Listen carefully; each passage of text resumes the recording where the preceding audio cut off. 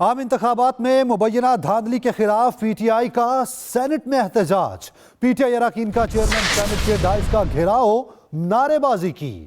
Saint نے rape میں ملوث ملزمان کی سرعام پھانسی کا بل مسترد کر دیا. سینٹ میں ریپ ملزمان کی سرعام پھانسی کا بل پیش کرنے کی تحریک کثرت رائے سے مسترد. جماعت اسلامی کی جانب سے جنسی زیادتی پر سرعام پھانسی کا بل پیش نہ کیا جا سکا. بل پیش کرنے کی پیپلز پارٹی, نون لیگ اور نیشنل پارٹی سمیت دیگر جماعتوں نے مخالفت کی, جبکہ جماعت اسلامی, کاف لیگ, جے یو آئی فے اور پی ٹی آئی کے بیشتر سینیٹرز نے حمایت کی. سینیٹر شیری رحمان نے کہا, سرعام پھانسی ملک میں بربریت پھیلاتی ہے. پاکستان میں سرعام پھانسی ہوگی ایک کرائم کے لیے تو ہر کرائم کے لیے کھلے گا, اور پھر آپ جائیں گے, آپ کھڑے ہوں گے 12ویں صدی میں. سینیٹر عرفان صدیقی اور اسحاق ڈار نے بھی بل کی مخالفت کی اور کہا, پھانسی کو پھانسی گھاٹ تک ہی رکھا جائے. ہم قانون جو بیسک ہے, جو اس وقت ہے, اس کی امینڈمنٹ کے حد تک اس کو اپوز کرتے ہیں کہ پبلک ہینگنگ کے ایکسٹینڈ تک جو امینڈمنٹ ہو رہی ہے وہ نہیں ہونی چاہیے. چیئرمین سینٹ صادق سنجرانی نے بل کی تحریک پر رائے شماری کرائی, جس پر 14 ارکان نے سرعام پھانسی کے بل کی حمایت کی, جبکہ 24 نے مخالفت میں ووٹ دیا. دوسری جانب سینٹ میں پی ٹی آئی ارکان نے عام انتخابات میں مبینہ دھاندلی کے خلاف احتجاج کیا. صادق سنجرانی کے منگل کو الیکشن میں مبینہ دھاندلی پر تفصیلی بحث کرانے کی یقین دہانی پر احتجاج ختم کر دیا گیا. وقاص احمد, ایکسپریس نیوز, اسلام آباد. سپریم کورٹ نے انتخابات میں مبینہ دھاندلی کے خلاف درخواست کی سماعت کے دوران درخواست گزار کو پیش کرنے کا حکم دے دیا ہے. عدالت نے قرار دیا, درخواست گزار نے اپنے فائدے کے لیے عدلیہ کو استعمال کرنے کی کوشش کی. مزید بتائیں گے جہانزیب عباسی. عام انتخابات میں مبینہ دھاندلی کا الزام, درخواست گزار شہری منظر عام سے غائب. سپریم کورٹ کا اظہار برہمی. چیف جسٹس قاضی فائز عیسیٰ کی سربراہی میں 3 رکنی بینچ نے سماعت شروع کی تو عدالتی عملے نے بتایا کہ درخواست گزار کے گھر پر نوٹس بھیجا گیا, تعمیل نہ ہو سکی. موبائل فون بھی بند ملا, واٹس ایپ پر بھی رابطہ نہ ہو سکا, جس پر چیف جسٹس نے کہا, یہ کیسا مذاق ہے, پہلے درخواست دائر کرو پھر عدالت آؤ ہی نہ. کیا یہ درخواستیں شہرت کے لیے دائر کی جاتی ہیں؟ میڈیا پر درخواست ریلیز کر دو پھر غائب ہو جاؤ. بعد میں عدالتی حکم نامے میں قرار دیا گیا کہ 12 فروری کو درخواست دائر ہوئی. درخواست دائر ہونے سے پہلے الیکٹرانک اور پرنٹ میڈیا میں تشہیر کی گئی. درخواست پر رجسٹرار آفس نے اعتراضات عائد کیے. کیس کی اہمیت کو مد نظر رکھتے ہوئے درخواست اعتراضات کے ساتھ سماعت کے لیے مقرر کی گئی. عدالتی حکم نامے میں مزید کہا گیا, آج عدالتی کارروائی کے دوران کوئی پیش نہیں ہوا. درخواست گزار نے عدالت کو اپنے فائدے کے لیے استعمال کرنے کی کوشش کی. درخواست گزار کو ایک اور موقع فراہم کرتے ہیں. معمول کے علاوہ متعلقہ ایس ایچ او کے ذریعے عدالتی نوٹس کی تعمیل کرائی جائے. کیس کی سماعت بدھ 21 فروری تک ملتوی کر دی گئی. نگران وزیر اعلیٰ پنجاب محسن نقوی نے سروسز اسپتال کے اپ گریڈ کیے گئے بلاکس کا افتتاح کر دیا ہے. وزیر اعلیٰ نے سرجیکل بلاک, میڈیکل بلاک اور ایڈمن بلاک کا دورہ کیا اور وہاں موجود سہولیات کا جائزہ لیا. انہوں نے تمام آپریشن تھیٹرز جلد آپریشنل کرنے کی ہدایت کی. محسن نقوی نے کہا, اپ گریڈڈ بلاکس میں صفائی کے مستقل بنیادوں پر مینجمنٹ پر توجہ دی جائے. وزیر اعلیٰ نے اسپتال میں مریضوں کے ریکارڈ کا ڈیجیٹل ڈیٹا رکھنے والے نظام کا افتتاح کیا. کراچی میں موسمیاتی تبدیلی نے نزلہ, بخار, کھانسی اور سانس کی نالی میں سوزش کے کیسز میں اضافہ کر دیا ہے. پرائیویٹ کلینکس میں بیماروں کا رش لگا ہے, جبکہ سینکڑوں متاثرین سرکاری اسپتالوں کا بھی رخ کر رہے ہیں. مزید بتائیں گی دعا عباس. کراچی میں موسمیاتی تبدیلی اور ماحولیاتی آلودگی کی وجہ سے ایڈینو وائرس پہ قابو ہو گیا. سرکاری اور پرائیویٹ کلینکس میں نزلہ, بخار, کھانسی اور سانس کی نالی میں سوزش کے مریضوں کا رش لگ گیا. کچھ مریض سردی لگنے کی شکایت کے ساتھ ہسپتال پہنچ رہے ہیں. سول ہسپتال میں 17 فروری کو ایگی وائرس اور سانس کی نالی کے شدید انفیکشن کے ساتھ 782 جبکہ آج 1275 کیسز رپورٹ ہوئے. سیٹرڈے والے کو دن 782 پیشنٹس آئے صرف میڈیکل میں وہ, اور چیسٹ میں 100 پیشنٹس الگ سے آئے ہیں.